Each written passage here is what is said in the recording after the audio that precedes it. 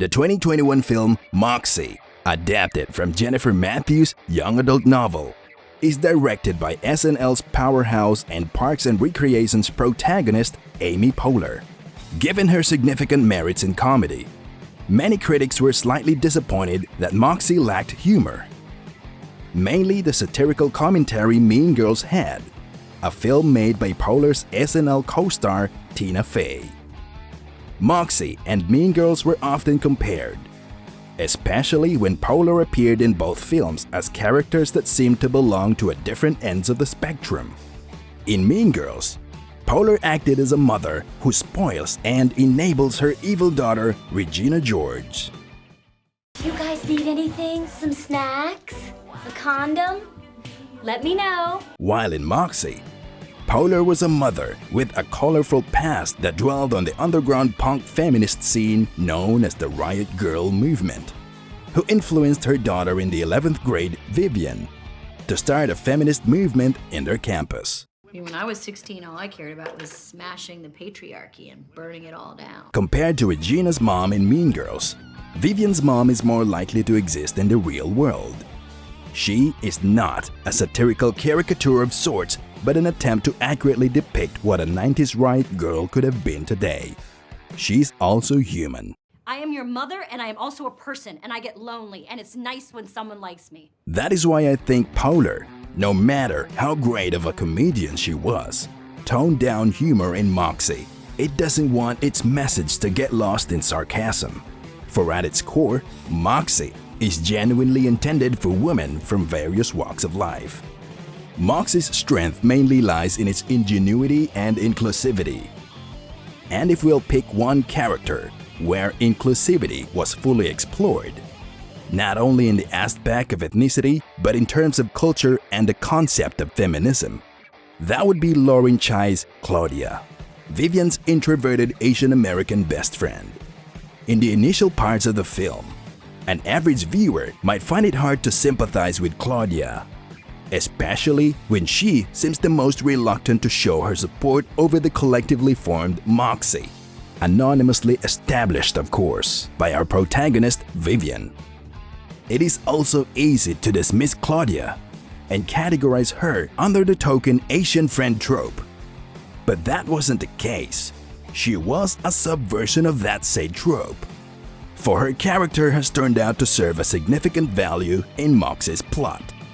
In the proper, insightful portrayal of an Asian American woman in the pursuit of gender equality through feminism.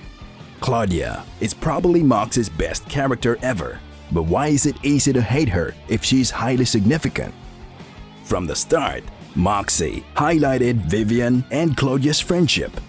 They played Mario Kart in her mom's basement during summer. Claudia invites Vivian to a sleepover to try a face mask. She texts Vivian about the old ladies on the VFW.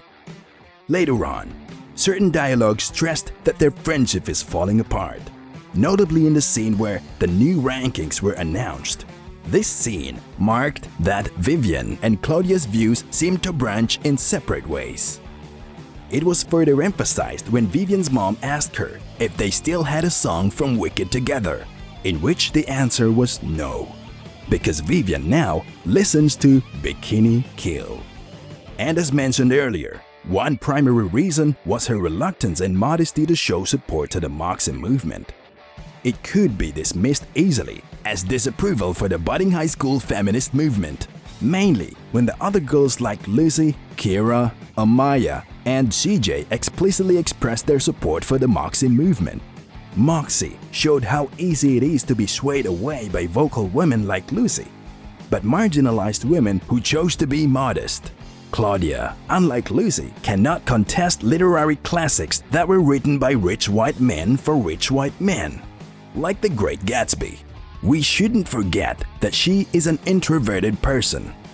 She even reminded Vivian that Mr. Davis, their English teacher, calls students to sit in the front.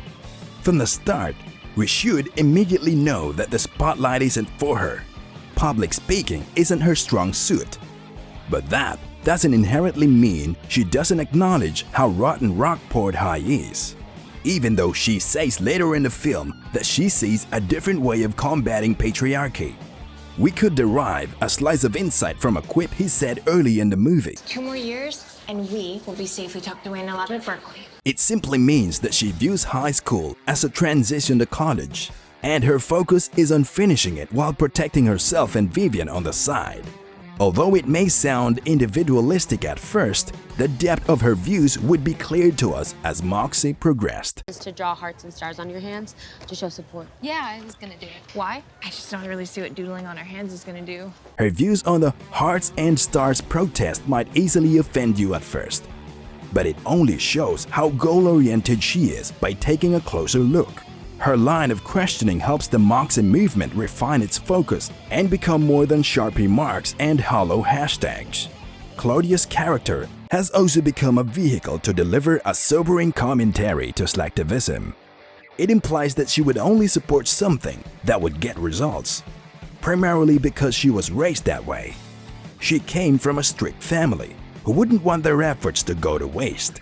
And speaking of efforts not going to waste, Claudia was a result of struggles that got results. Claudia is by far the character that exposed how activism is indeed a privilege, a sentiment that isn't usually shown in politically charged films. Just a tank top, Mom.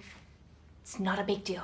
So what? Oh, God. Claudia cannot afford to wear a tank top, for modest clothing is imposed by her respected mother. However, she supports the Moxie movement in the way she knows she is allowed to. I caught Shelly trying to tear you guys' posters down because you never officially registered Moxie in the office, so I did. And her character was fully revealed after she took the blame for Moxie's protests, as she's the one who registered it to the school as a legitimate organization. I didn't ask you to get involved. Yes, you did. You made me feel bad because I wasn't doing enough. This scene culminated in how fleshed out her character was. How on point is Moxie's sensibility regarding Asian diaspora in the States, and how, after all, aside from supporting Moxie, Claudia is a friend to Claudia. After we almost got pissed off at Claudia, we now fully understand her. It sobers us to the fact that while Vivian is entitled enough to whine about her mother's boyfriend at the dining table and make out with her boyfriend in a car before a football game, Claudia has to spend her time studying to honor her mom's sacrifices. It really resonates that while we're on the same ocean, we are not in the same boat. And if we really want to get rid of the murky waters, we have to acknowledge other people's struggles instead of forcing them to work harder. That, my friend, is equality. Well, that's all we could chip in for the flick we discussed today. If you love this video, don't forget to click like and consider subscribing to our channel. We hope you enjoyed your bag of chips as we discuss your favorite flick here in Flicks and Chips.